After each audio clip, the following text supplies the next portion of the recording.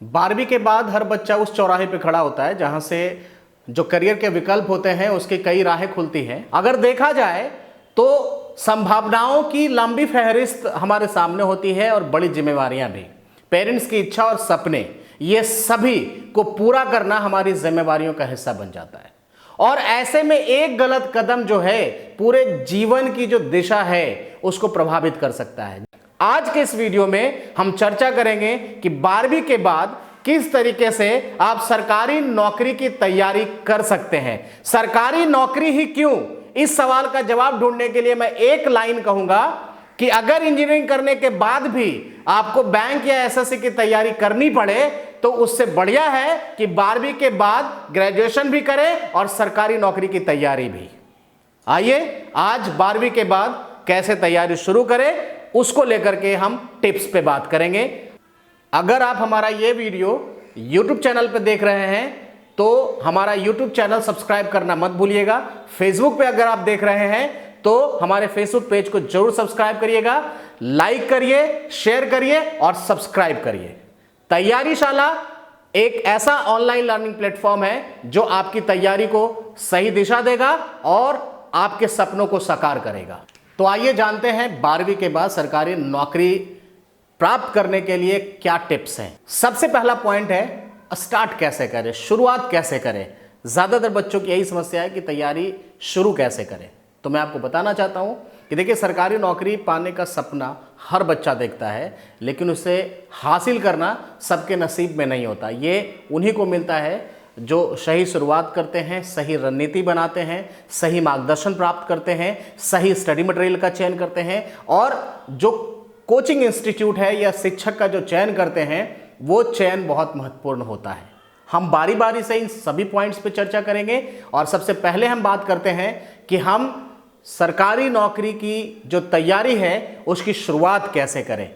अब आपको पता है कि जैसे हम 12th पास करते हैं तो हमारे पास ये विकल्प तय हो गया कि भाई अपने को सरकारी नौकरी करना है, पूरा जोश होता है। स्टार्ट जब होता है तो पूरा जोश होता है, लेकिन ये जोश जो है वो कुछ पल के लिए होता है, ये परमानेंट जोश में कन्वर्ट नहीं होता है। अगर आप सफलता प्राप्त करना चाहते हैं, ये जोश आपको अगले कई वर्षों तक 2-3 साल 4 साल तक बरकरार रखना पड़ेगा, तभी जा करके आप फाइनल रिजल्ट तक पहुंच पाएंगे। मैं आपको बताना चाहूँगा कि सबसे पहले इस बात को समझ लीजिए कि सरकारी नौकरी अगर हासिल करना है तो सबसे पहले जोश के साथ साथ इच्छा शक्ति, दृढ़ विश्वास और आपको कुछ कर गुजरने की जो चाहत होती है वो निश्चित रूप से होना चाहिए, तभी आप अंत में सफलता प्राप्त कर पाएंगे। चलिए, दूसरा है कि हमारी तैयारी की रणनीति क्या होगी। अब आप देखते हैं जब तैयारी शुरू करते हैं तो सबसे पहले हम क्या करते हैं कि इंटरनेट से या किसी सीनियर से सबसे पहले हम पूछते हैं कि क्या किताबें पढ़नी होंगी, और जितना किताब बताया जाता है वो सारे के सारे आप खरीद लेते हैं। अलग बात है, पढ़ उसमें से एक भी नहीं पाते हैं। अगर आप सही तरीके से तैयारी करना चाहते हैं तो सबसे बहुत ज़रूरी बात है कि आप बुक्स की एक सूची बनाइए और उसके बाद एक फीडबैक प्राप्त करिए कि कौन सा बुक जो है वो लेटेस्ट पैटर्न पर है और अपडेटेड है, और ऐसे बुक्स को आप परचेज करें और उन बुक्स को 2 से 3 बार पढ़ने के बाद जो बेसिक्स है उसको अच्छे तरीके से मजबूत करें। रणनीति का पहला पार्ट यही है कि आप जो स्टडी मटेरियल चयन करते हैं वो सबसे बड़ा रोल स्थापित करता है आपकी सफलता में। और इसके बाद आप जो एक किताब खरीदें, जितनी भी किताबें आप खरीदते हैं, 2-3 अलग अलग विषय की 1-1 या 2-2 किताबें आप खरीदते हैं, पहला आपका प्रयास यह होना चाहिए कि आप उन किताबों को अच्छे से पढ़ें, रिवाइज करें, रिवाइज करें। उसके बाद आप आगे के लिए दूसरी किताबों को परचेस करने के लिए आगे आएँ। अब हम अगले पॉइंट पे आते हैं, पढ़ाई का तरीका आपका क्या हो। आपने अक्सर बच्चों को देखा होगा कि वो दिन रात पढ़ते रहते हैं, लेकिन जब एग्ज़ाम देना चाहते हैं तो वो प्रीलिम्स की परीक्षा भी क्लियर नहीं कर पाते। इसका अर्थ यही हुआ कि वो समय तो दे रहे हैं लेकिन क्वालिटी स्टडी वहाँ पे नहीं हो रहा है।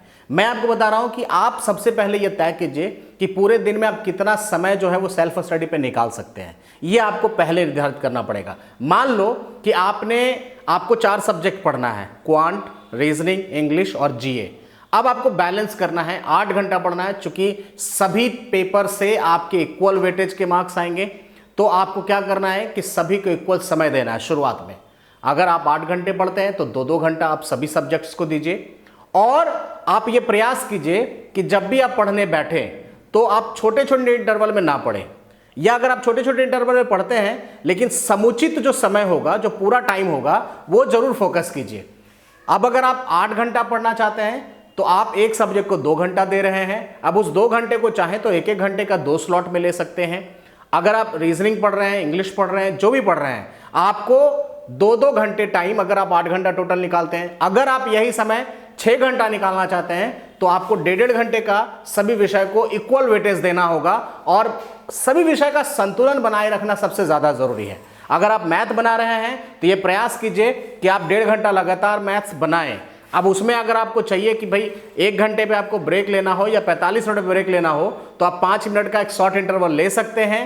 तो आपको क्या करना है कि सभी विषय को इक्वल वेटेज देना है। ऐसा ना हो कि हम मैथ्स अच्छा लग रहा है तो मैथ्स को ज्यादा टाइम दे रहे हैं, इंग्लिश कमजोर है आपका तो इंग्लिश को पढ़ने में आपको मजा नहीं आ रहा तो कम समय दे रहे हैं। आप ये बात समझ लीजिए कि जब परीक्षा होगी तो मैथ्स से भी उतने ही मार्क्स आएंगे जितने इंग्लिश से आएंगे, उतने ही मार्क्स जनरल अवेयरनेस से आएंगे और उतने ही मार्क्स रीजनिंग से आएंगे। तो मन में ये बैठा के रखना है कि आपको सभी जो सब्जेक्ट्स हैं उस पर बेहतर पकड़ बनानी है, तभी आप सफलता के लिए आगे बढ़ सकते। अब बहुत महत्वपूर्ण बात हम बताने जा रहे हैं कि मार्गदर्शन किससे ले।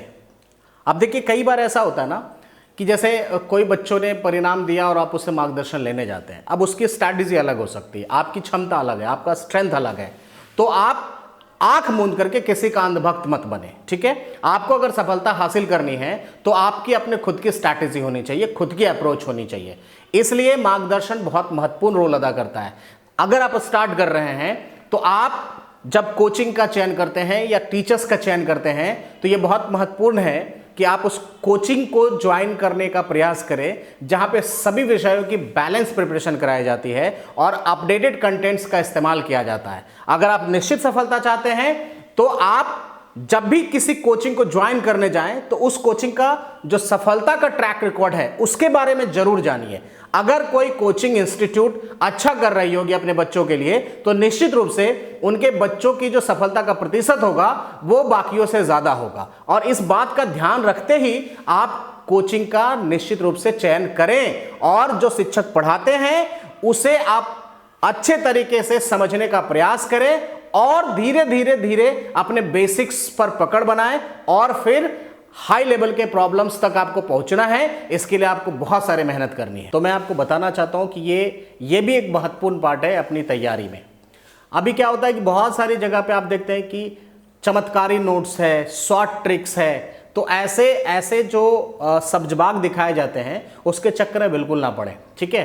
क्योंकि अगर आप सपने देख रहे हैं सरकारी नौकरी के और अगर आपको कोई शॉर्ट नोट्स मिले या चमत्कारी नोट्स मिले तो वो आपको आसानी से यह सफलता नहीं दिला सकता है। आपको बिल्कुल बेसिक से करना है। आपको मैंने पहले ही कहा है कि आप जो अध्ययन सामग्री का इस्तेमाल करेंगे वो निश्चित रूप से जो एग्जाम्स के पैटर्न है, लेटेस्ट पैटर्न है, उसके साथ उस अध्ययन सामग्री का मैच होना चाहिए। ऐसा ना हो कि आप कोई भी एक नोट्स दिया उसको पढ़ना शुरू कर दिया, इस वेबसाइट पे ये नोट्स देखा, फला वेबसाइट पे वो नोट्स देखा, फला टीचर ने ये नोट्स दिया, अब सब आप पढ़ रहे हैं और कुछ भी सीख नहीं रहे हैं।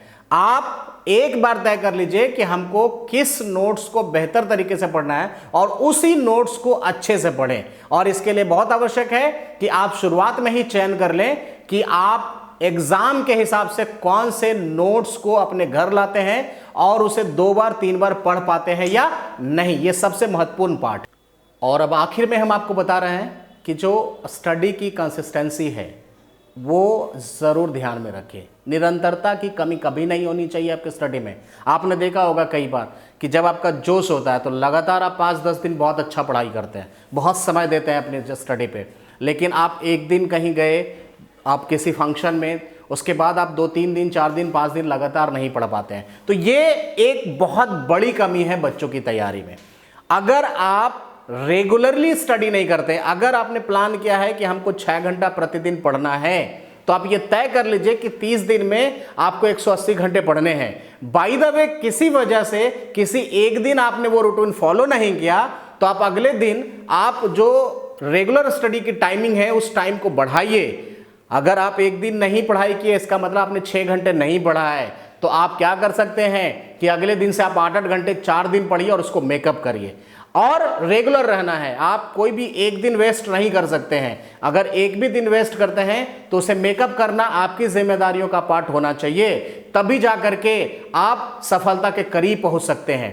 तो प्यारे दोस्तों, आपने अभी सीखा कि 12वीं के बाद तैयारी का क्या तरीका होना चाहिए, और अगर आप तैयारी शुरू करते हैं तो हम आपके लिए तैयार हैं। तैयारी शाला आपके ऑनलाइन लर्निंग प्लेटफॉर्म के द्वारा जल्द ही हम एक मास्टर कोर्स ऐसे बच्चों के लिए ला रहे हैं जिन्होंने अभी अभी 12वीं पास किया है, और इसके लिए आप सब तैयार हो जाएं।